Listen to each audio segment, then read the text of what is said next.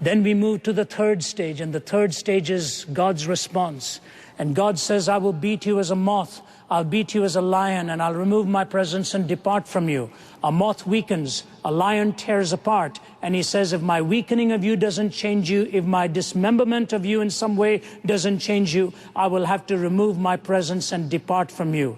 And this is where I look at our current cultural crises in North America today. Evidently, we won't turn to him by just becoming weaker. We may not even turn to him when we are in some way mangled in some form. I don't know. But what I think right now is happening in our cultural crises is a loss of wisdom. We do not seem to understand right from wrong anymore. We have no moral point of reference on the basis of which to make our decisions. Did you ever hear of the man in Leicestershire, England, who used to go to work every day and on the way would stop outside a clockmaker store and synchronize his watch with a clock that stood outside? And one day the clockmaker stopped him and said, I'm amazed that every day you stop and synchronize your watch with my clock. What kind of work do you do? He said, I'm embarrassed to tell you this. I'm the timekeeper in the factory nearby, and the clocks in the factory don't work very well. So I synchronize my watch with your clock every morning because I have to ring the bell at 4 o'clock every afternoon at the end of the day's shift. The clockmaker starts laughing and says, you're not going to believe this. My clock doesn't work very well either. I synchronize it with the watch that I hear, with the bell that I hear from the factory at 4 o'clock every afternoon. What happens when two wrong watches correct themselves by each other? Pardon the grammar, they're going to get wronger and wronger all the time. And what's happened in our cultural crisis?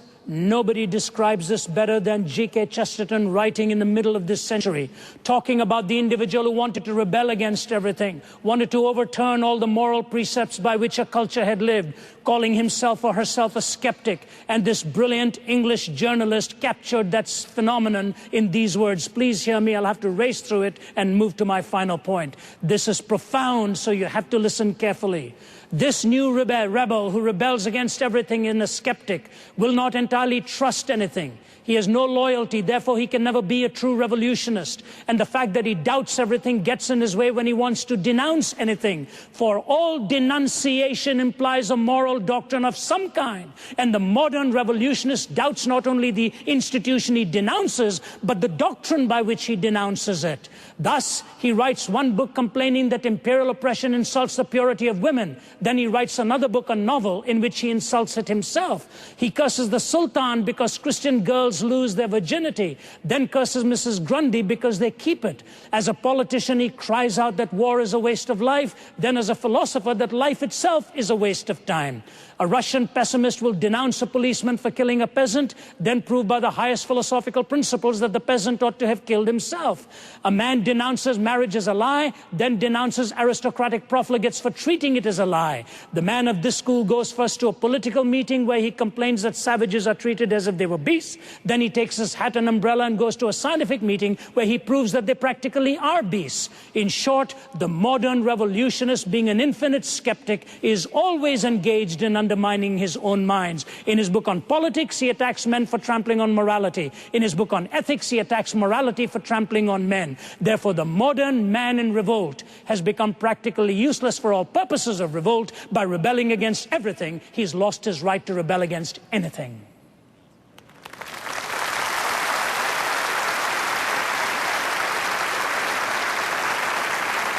You see, Chesterton said it in a simpler way. He put it this way: any time you remove a fence, always pause long enough to find out why it was put there in the first place.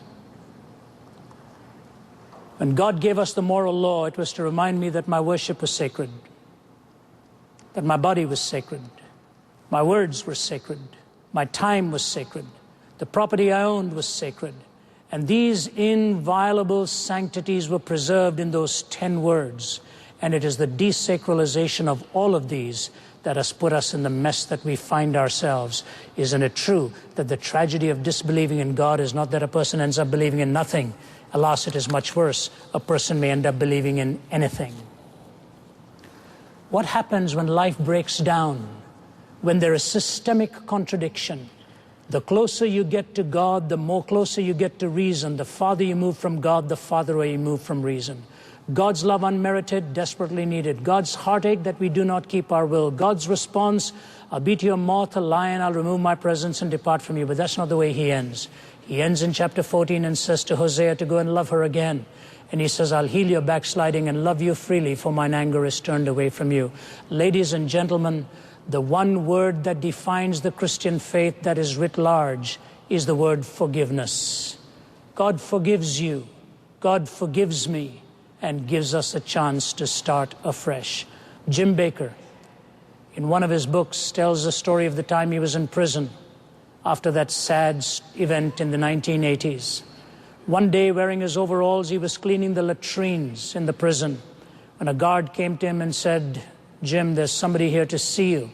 He said, I don't want to see anybody. He said, no, I think you want to see this person. He said, I'm filthy. He said, yeah, that's right. You may go and change. And Jim was going to change. He said, no, this is what has happened to me.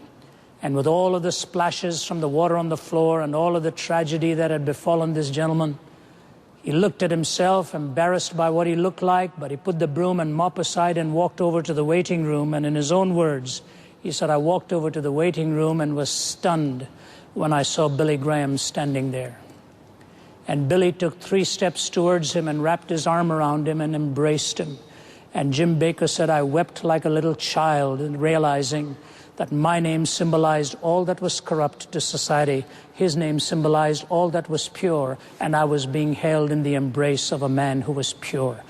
You know, if that human acceptance does so much for you and me, think of what it is when God himself puts his arms around you and says, welcome home. What love is this?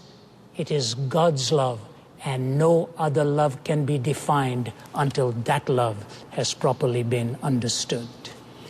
I close with the words of one of the most beautiful songs of the Welsh revival. To be honest with you, if I had a voice, I'd sing it for you, because one of the most beautiful melodies, it's an inspired melody. My wife and I heard it over this weekend with tears in our eyes. It's a magnificent melody, but here are the words. Here is love, vast as the ocean, loving kindness as the flood, when the Prince of Life, our ransom, shed for us his precious blood. Who his love will not remember? Who can cease to sing his praise? He can never be forgotten throughout heaven's eternal days. On the mount of crucifixion, fountains opened deep and wide. Through the floodgates of God's mercy flowed a vast and gracious tide. Grace and love, like mighty rivers, poured incessant from above. Heaven's peace and perfect justice kissed a guilty world in love. He offers you that kiss. He offers you that embrace today. You may be the apple of his eye. May God richly bless you. Thank you for giving me a hearing.